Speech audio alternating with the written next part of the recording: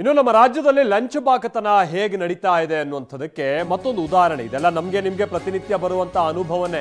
ಆದ್ರೆ ಹೊರಗಡೆಯಿಂದ ಬಂದಂತ ವ್ಯಕ್ತಿ, ಅದರಲ್ಲೂ ತನ್ನ ಮಗಳು ಸಾವಿನ ಆ ಶೋಕದಲ್ಲಿದ್ದಂತ ಸಂದರ್ಭದಲ್ಲಿ ಲಂಚದ ಕೆಟ್ಟ ಅನುಭವ ಆ ವ್ಯಕ್ತಿಗೆ ಹೇಗಾಯ್ತು ಅನ್ನೋದನ್ನ ಅವರೊಂದು ಪೋಸ್ಟ್ ಮಾಡಿದ್ದಾರೆ. ಇದು ನಮ್ಮ ರಾಜ್ಯದ ವಾಸ್ತವತೆ.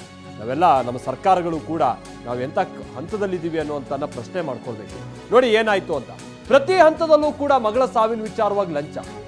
ನೋಡಿ, ಇದು ಸಾವಿನ ಮನೆಯಲ್ಲಿ ಹಣ ಮಾಡೋದು ಅಂತಾರಲ್ಲ, ನಮ್ಮ ಪೊಲೀಸರಿಗೆ, ಆಮೇಲೆ ಆಂಬ್ಯುಲೆನ್ಸ್ ಸಿಬ್ಬಂದಿಗೆ, ಈ ಮರಣೋತ್ತರ ಪರೀಕ್ಷೆ ನಡೆಸ್ತಂಥವ್ರು, ಅದಾದ ನಂತರದಲ್ಲಿ ಈ ಡೆತ್ ಸರ್ಟಿಫಿಕೇಟ್ ಕೊಡೋರು, ಇವ್ರುಗಳಿಗೆಲ್ಲ ಅನ್ವಯಿಸಿ. ಪೊಲೀಸರಂದ್ರೆ ಬಹಳ ಮಂದಿ ಯಾಕೆ ಹೇಸಿಗೆ ಪಡ್ಕೊಳ್ತಾರೆ ಅನ್ನೋದಕ್ಕೆ ಇದು ಒಂದು ಉದಾಹರಣೆ. ಹೇಳ್ತಾ ಹೋಗ್ತೀವಿ ನೋಡಿ. ಶವ ಸಾಗಾಟ, ಅಲ್ಲೂ ದುಡ್ಡು ಅಂದ್ರೆ ಲಂಚ. ಅಂತ್ಯಕ್ರಿಯೆ, ಅಲ್ಲೂ ಲಂಚ. ಮರಣೋತ್ತರ ಪರೀಕ್ಷೆ, ಅಲ್ಲೂ ಲಂಚ. ಕೊನೆಗೆ ಸ್ಟೇಷನ್ ಅಲ್ಲೇ ಒಂದು ಕಂಪ್ಲೇಂಟ್ ರಿಜಿಸ್ಟರ್ ಆಗಬೇಕಲ್ಲ, ಅದಕ್ಕೂ ಲಂಚ. ಶಿವಕುಮಾರ್ ಅನ್ನುವಂಥ ವ್ಯಕ್ತಿ, ಪಾಪ ಅವ್ರ ಮಗಳು ಡೆತ್ ಆಗಿದೆ. ಅಂದರೆ ಈ ಬ್ರೈನ್ನಲ್ಲಿ ಏನೋ ತೀವ್ರ ರಕ್ತಸ್ರಾವದಿಂದ ಅವರ ಮಗಳು ಡೆತ್ ಆಗಿದೆ.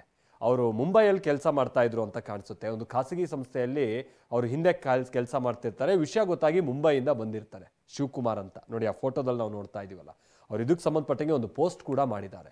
ಸೆಪ್ಟೆಂಬರ್ 18ನೇ ತಾರೀಕಿನದು ಮೆದುಳಿನಲ್ಲಿ ತೀವ್ರ ರಕ್ತಸ್ರಾವದಿಂದ ಅವರ ಮಗಳು ಅಕ್ಷಯ ಅನ್ನೋರು ಮೃತಪಟ್ಟಿರ್ತಾರೆ.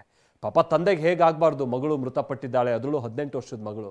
ಕಸುವಿನಹಳ್ಳಿಯಿಂದ ಕೋರಮಂಗಲ ಆಸ್ಪತ್ರೆಗೆ ಶವ ಸಾಗಾಟ ಮಾಡಬೇಕಾಗುತ್ತೆ. ಎಲ್ಲಿಂದ ಲಂಚ ಶುರುವಾಯಿತು. ಶವ ಸಾಗಿಸೋದಕ್ಕೆ ಆಂಬ್ಯುಲೆನ್ಸ್ ಚಾಲಕರಿಗೆ 5,000 ರೂಪಾಯಿ, 3,000 ರೂಪಾಯಿ ಕೊಡಬೇಕಿತ್ತಂತೆ. 2,000 ರೂಪಾಯಿ ಹೆಚ್ಚುವರಿ ಹಣವನ್ನು ಆತ ವಸೂಲಿ ಮಾಡ್ತಾನೆ. ಆಯ್ತಪ್ಪ, ಕೊಟ್ಟರು ಅದನ್ನು. ಮರಣೋತ್ತರ ಪರೀಕ್ಷೆ ಸಂದರ್ಭದಲ್ಲಿ ಪೊಲೀಸರು ಒರಟಾಗಿ ವರ್ತನೆ. ಇವರಿಗೇನು ಗಿಂಬಳ ಸಿಕ್ಕಿಲ್ವಲ್ಲ ಈ ಪೊಲೀಸರಿಗೆ, ಅದಕ್ಕೆ ಬೇಕಾಬಿಟ್ಟಿ ವರ್ತನೆ, ಕೆಟ್ಟದಾಗಿ ವರ್ತನೆ ಮಾಡಿದ್ರಂತೆ ಶಿವಕುಮಾರ್ ಅವ್ರ ಜೊತೆಗೆ.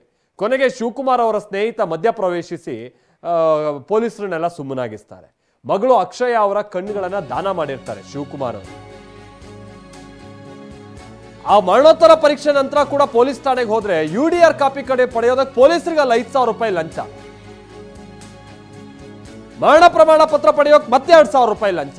ಈಗ ಅದ್ಯಾರು ಆ ಲಂಚ ತಗೊಂಡಿದ್ರಲ್ಲ ಆ ಪೊಲೀಸರು ಅಥವಾ ಆ ಸ್ಟೇಷನ್ಗೆ ಸಂಬಂಧಪಟ್ಟಾಗಿನ ಕೆಲ ಸಿಬ್ಬಂದಿಯನ್ನ ಸೋಷಿಯಲ್ ಮೀಡಿಯಾದಲ್ಲಿ ಪೋಸ್ಟ್ ವೈರಲ್ ಆಗ್ತಾ ಇದ್ದ ಹಾಗೆ ಈಗ ಅಮಾನತು ಮಾಡಲಾಗಿದೆ, ಸಸ್ಪೆಂಡ್ ಮಾಡಲಾಗಿದೆ ಅನ್ನುವಂಥದ್ದು ಗೊತ್ತಾಗ್ತಾ ಇದೆ. ಆ ಪೊಲೀಸರು ನಿಜಕ್ಕೂ ಶೇಮ್ ಆ ಪೊಲೀಸರಿಗೆ. ಇದು ಈ ಪೊಲೀಸರು ಮಾತ್ರ ಅಲ್ಲ, ನೀವೆಲ್ಲ ನಿಮ್ಮ ಒಬ್ಬೊಬ್ರು ಎದೆ ಮುಟ್ಕೊಳ್ಳಿ, ನೀವೆಲ್ಲ ಎಂತೆಂಥ ಸಂದರ್ಭದಲ್ಲಿ ಲಂಚ ತಿಂದಿದ್ದೀರಾ ಅಂತ ಹೇಳ್ಕೊಂಡು ಈ ಪೊಲೀಸರುಗಳು ಪಾಪ ಈಗ ಯಾರೋ ಕಷ್ಟ ಅಂತ ಹೋದಂಥ ಸಂದರ್ಭದಲ್ಲಿ ಅಂಥವ್ರೆಲ್ರಿಗೂ ಕೂಡ ಶೇಮ್ ಇದು. ಮರಣೋತ್ತರ ಪರೀಕ್ಷೆಗೆ ಲಂಚ ಕೇಳಿದಂಥ ಕೇಸ್ಗೆ ಸಂಬಂಧಪಟ್ಟಂಗೆ PSI ಸಂತೋಷ್ ಹಾಗೆ PC ಗೋರಖನಾಥ್, ಹೆಸರು ನೋಡಿ ಗೋರಖನಾಥ್, PSI ಹೆಸರು ಬಂದ್ಬಿಟ್ಟು ಸಂತೋಷ್ ಅಂತ, ಇಬ್ರು ಅಮಾನತ್ ಮಾಡಲಾಗಿದೆ. ಇವರು ಬೆಳ್ಳಂದೂರು ಠಾಣೆಯ PSI ಅನ್ನುವಂಥದ್ದು ಗೊತ್ತಾಗ್ತಾ ಇದೆ. ಈ ಸಂತೋಷ್ ಹಾಗೆ PC ಗೋರಖನಾಥ್. ವೈಟ್ಫೀಲ್ಡ್ ವಿಭಾಗದ DCP ಪರಶುರಾಮ್ ಈಗ ಆದೇಶವನ್ನು ಹೊರಡಿಸಿದ್ದಾರೆ.